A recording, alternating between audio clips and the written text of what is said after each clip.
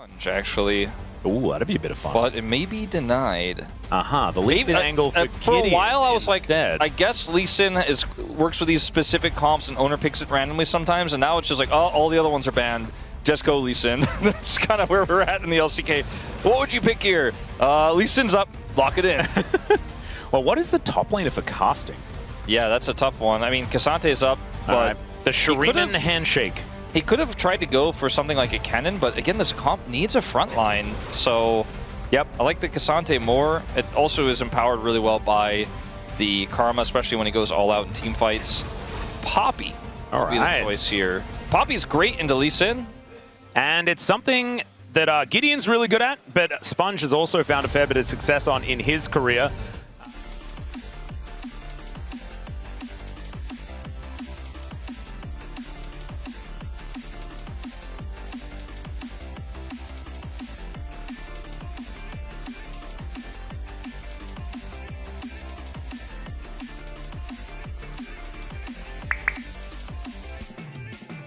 As right now, Bro definitely doing a good job playing around their power points on the map, right? Not the presentation that you do to your boss. As Namgung is going to turn up once again, and the Rune Prison does come on through. They're snared down as well as Loki looking for that first blood, but is unable to find it thanks to the heal, which unrequired as he was picking out the potential movement as Loki is, just going to try and leave a different way. His Scout close to going down, but will be able to pick up first blood. That was a very awkward situation there for Mr. Ride. Yeah. So we'll see whether that is going to continue as, my goodness. Curtain Call going to come on through here as Lehends takes a very small magical journey as has to flash the Comet, and Teddy has another one in the chamber, ladies and gentlemen. He uses it on the minion wave as he ran out of vision. Aaron had barrier and could have blocked it. Yeah. So let's just have a look at this. Lands the first two, flash goes out and kills him. Yeah, he could have. There's literally no reason why he. And kills him again. Oh my God. It's not even getting stretched. It almost feels like we've got a bit of a surplus, and it's early on in the year. Yeah, this is crazy. As Taeyeon going to get zoned, does avoid the deadly flourish, but Gideon is just taking an entire wave, and Taeyeon now just needs to stop this one from crashing, but. Rock hard place in between all of that stuff just gets booted to the head. He's hitting quite hard. It is. Oh wow. Okay. Scout committed to pressing the button. This game looks like it might be heading in that direction, but we're still early days here at 11 minutes. Oh, you can see Gideon thinking about making his way down as Lehends steps on that captive audience. Q lands and he dies again. Oh boy, he died. He died, Atlas. He died. He did not kill. You know, was rotating down, so they think better of this, but I think they're just happy to get a second dragon here instead. Hold on. Casting gets a flash out of Kingen as well. So first it's the Dominus, then it's the flash. Thankfully, he will have the former available in 1 second's time, so that is back up. Late contest here on this dragon. Yeah, Ace in the hole does put Teddy down to half health as Namgung here alongside Gideon. Steadfast presence, and then the ulti, he's just evicted, and that is going to be a free Drake over to Nongshim. Beautifully played there.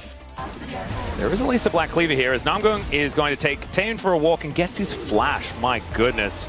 That is going to be Loki snared by this Tempered Fate though, and the Emperor's Divide is so easy. There's the Poppy combo. Now Sponge is here. I don't think Namgung should push the issue too much further until Gideon arrives. Yeah, is going to try and get Sponge here. Flashes to break another tether. That is 2 flashes in a row that Namgung's be able to pick up in the last few minutes' time. As a Q is going to be there to try and zone, but Kingen makes his way in, and Gideon just gets destroyed. Well, there's a little bit of a realm warp in live, as we can see. Kingen's walking the wrong direction. Casting going to catch the crocodile, push him away from that brush, and Kingen will not be flashing here. Oh, it does manage to slice over, but there's a Q. Beautifully placed by Gideon, and he's able to lock down the kill. Maybe they can make something happen on the cross map here. There's a little bit of time. Tempered Fate back available as well. They do just send her forward to try and knock down this outer turret in mid lane. Teleport in from Kingen. A little bit late, but better late than never as the dragon goes down to about 50%. Now the turret falls in that mid lane like we were talking about. As the Q connects onto Taeyun, that's dangerous, but there is the Keeper's verdict. Tempered Fate is going to connect here as Deadly Flourish lands onto Scout. That's a dangerous one as in goes Gideon, finds the knockup. It is going to be Sponge that locks down the Dragon, but can they keep themselves alive? Man, Namgung is doing way more damage than he has any right to be honest, on this Karma, as now Lehends looking to try and turn it. The Flash Cosmic Binding is so good, and Sponge gets the follow-up. And Nongshim spring to life here, looking for even more as Scout swoops in with the shifting sands. The Kasante will be the resulting kill from that one. Teddy now having to leave this one immediately. And Loki, oh dear. I think he's got Realm Warp. He's got Realm Warp. He is going to warp the realms. And Nongshim just seemed to be okay with it. Yeah, they're like, I'll take the turret, it's fine. Although, wait, hang on a sec. Loki's just going to walk back. Deadly Flourish is going to connect. Scout taking a lot of damage, does eventually go down as Teddy with a curtain call. Lehends, oh dear, he's just dead. Grouped fight. It's been Nongshim's game as Casting is going to make this choice. Yeah, Lehends is coming on over. And so Casting, let's see whether it can use this all out. Does do so in order to try and escape. You know, at this point in time, a lot of control here of this bottom lane for Nongshim. They're trying to collapse on the Casting again. Yeah, does manage to just avoid the Tempered Fate very nicely, but the Cosmic Binding still lands. Heroic Charge, the follow-up, just too good. Everything else is kind of falling apart. Problem is, that lead is just a Jhin. Yeah. And it's hard for him to carry on his own, right? Like you were saying, good at augmenting the rest of your team. But if he's the only one with money, it can be problematic. But now they're looking to overload this mid lane. Kingen taking a lot of damage from the aforementioned Jhin. As Loki unable to get that Rune Prison down, the rest of Nongshim looking to turn up. And the Tempered Fate will be avoided, as now it's the Bros' turn to try and turn this one around. There's a teleport in from Casting. Immediately that shield is going to get wiped out as Namgung will be slowing up Sponge there momentarily. Kingen gets into that backline. The kickback is immediate though, just to buy some space. And this Crocodile is getting cut to shreds. Nongshim are just going to back away, but the Sun Disc does get put up. Potential Baron angle here. They have a lot of control over this zone. They need some control vision in this pit though. Have they taken enough cooldowns though? That's the question, as the curtain call is going to be put down. Lehends very not exactly adept at dodging these bullets, but Scout's going to take that last one. Yeah, that was a scary position to be in. So Namgung doesn't quite find the Mantra Q as Kingen on a flank angle once again. Let's see who we can actually find as Casting's his target. I'm not sure about that one. Tempered Fate though is right on top of the Renekton to buy some space for Kingen.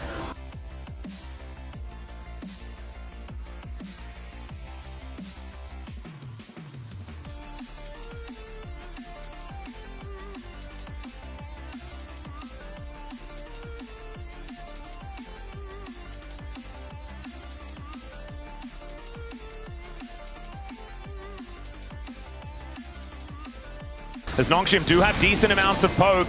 That is going to be the Drake secured. There's the Tempered Fate. It's not onto the Baron though. As now Sponge is going to get rid of the Rise. And in they go. Sponge locks down the Baron.